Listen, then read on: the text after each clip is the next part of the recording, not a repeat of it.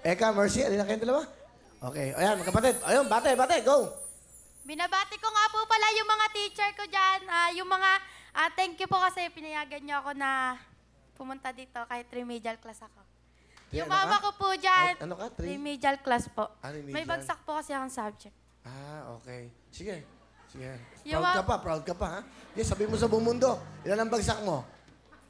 5 ang bagsak mo? Oo. Congratulations, Eka. Eka, napakaswerte na magulang mo sa'yo. Talagang, di ba? Nakakatuwa. Okay. Yung Bakit ka may bagsak? Po, Ba't may bagsak ka? nagloko po kasi ako eh. Ilan taon ka na? 17 po. Ano, ba't ka nagloko? Anong ginawa mo sa buwan? Napabarkada po. O, tapos? Napunta po sa ganun-ganyan. Anong ganyan-ganyan? Ano? Layas-layas po, ganun. Naglayas ka, tapos? Hindi po, yung alis lang po ng bahay, hindi nagpapaalam, ganun. Sa magulang mo. Anak ka, saan ka ba? Sa father side, mother side? Ano kayo, step ba kayo? Half. Half po. Half kayo. Ano ibig sabihin ng half? Magkapatid lang po kami sa tatay. Sa tatay. So, ang tatay nyo, nagdalawa, naging asawa. Opo. Sige, ikaw naman, Mercy, panganay. Binabati ko po lahat ng kaibigan ko, lahat ng mga kapitbahay namin. Panoorin niyo ako, ito na ako. Cute, eh. Tiga saan ba kayo, Mercy? Galing po kami sa Santa Maria, Bulacan. Tiga Bulacan kayo, okay. Nag-aaral ka ba, Mercy? Graduate po ako ng HRS, 2 years course, sa pamamagitan ng pag-working Home student. Restaurant Services. Yes. Tama. So, nagtatrabaho ka na ba? Full-time man po ako sa baby kong 5 months. May anak ka na rin. Yes po, kakakasal ko lang po last year, Wow, December. congratulations. Okay. Ano ba trabaho ng asawa mo? Isa po siyang budigero sa isang construction site sa bahay, Santa Maria din po. Okay. Ikaw naman, dalaga ka pa ba? Nag-aaral po. Grade 11 student po sa GPI. So, nagloko ka sa pag-aaral. Opo. O ngayon, mabait ka na ba? Okay. Mabait na po ako.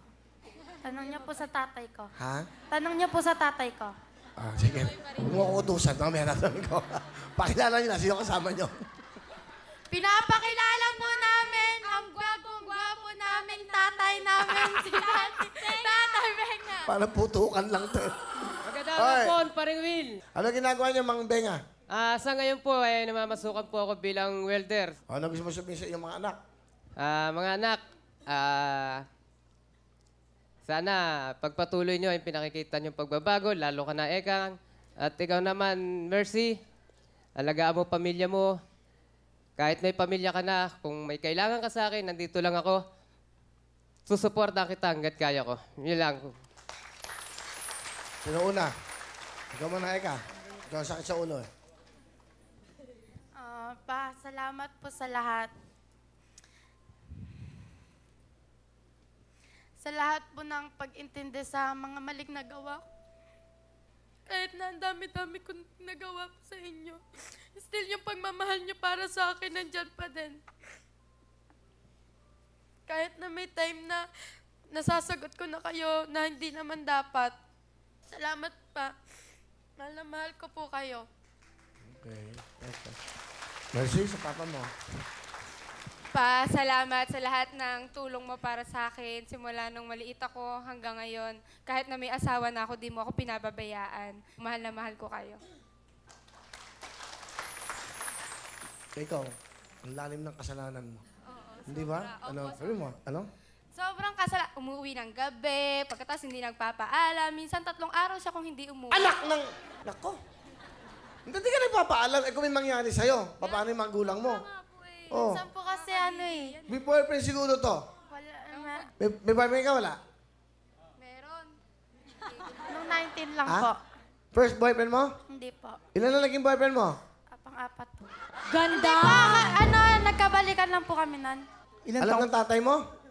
Isa lang po yung alam. Alam gusto sabihin sa anak nyo, 4 na ba na naging boyfriend? Alam mo, anak, wala namang magulang na nakakatiis sa kanyang mga anak eh. Kahit anong sama ng ugali ng kanilang mga anak. Hindi nila matitiis yun. Dahil, ayan, nagkakalabasan. dahil sa amin kagaling eh. Natural, hindi ka namin pabayaan. Kaya lang, dapat lahat ng gagawin mo, kailangan ipaalam mo sa magulang mo para kung ano man mangyari sa'yo, alam namin kung saan ka hahanapin. Hindi pa umuwi ng 3 araw. Yun nga paring Will eh. Lagi nga namin hinahanap yan, tinatanong namin sa mga kaklase. Hindi naman nakakasama ng mga kaklase. Saan ka napupunta? Saka dati ko pong kaibigan. Nak, Yan po yung bad influence eh. Nagpa-practice paring Will ng mga sayaw hanggang sa inaabot ng curfew. Alam mo, walang bad influence sa tao. Bad influence sa sarili mo. Kasi ikaw ang gumagawa niyan. Alam mo na palang bad influence, bakit mo susundin? O alam mo na Tama. Ay, nako. Huwag kang inaabot ng gabi sa pagpapractice ng sayaw. Ano yung ginagawa niyo? Zumba? Tapos sa gabi? Ano to, sumbang gabi? 10,000!